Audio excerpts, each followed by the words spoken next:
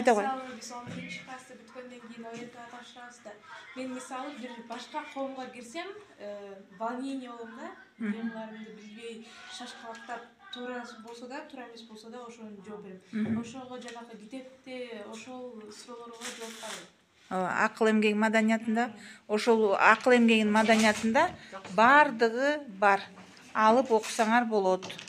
Бардык нерсе бар. Адам өзүнүн максатын, ниетин кантип коюш керек, анан кантип ийгиликке жетиштин бардыгы ошол китептин ичинде бар. Андан тышкары өзүн өзү тарбиялоо деген китепте да бар. Бул да сиздерге тийиштүү окуучуларга. Айтып болот. Бүгүнкү сабакта мен өзүмө абдан жакшы мотивация алдым деп ишенем.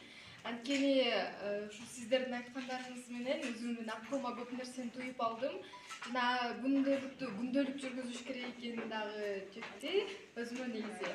Жана сиздерге ушул нерсени уюштуруп бергениңиздерге чоң рахмат айтабыз. Жана ошо Рахмат.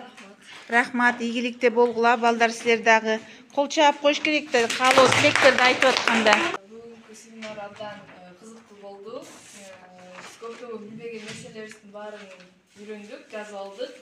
Алдыга койгон максаттарыбызды кантип ишке ашыш керектигин дагы үйрөндүк. Жана ошондой эле мен өзүм максаттарымды жазгам, бирок ал максаттарымды жазган нерсени мындай бир коозураак, бир жакшыраак бир эме блокнот издеп жүргөм да. Антен берчи таппай жүрөм. Анан бүгүн могу силердин ийгиликке карай жол деген китептериңиз мага абдан жакты. Эми ошол китепти мен колдоном деген.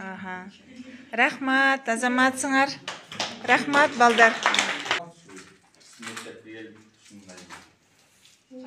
Шараны уюштуруп берип, түшүндүрүп, айтып, акыл насаат берип кеткениңиздер.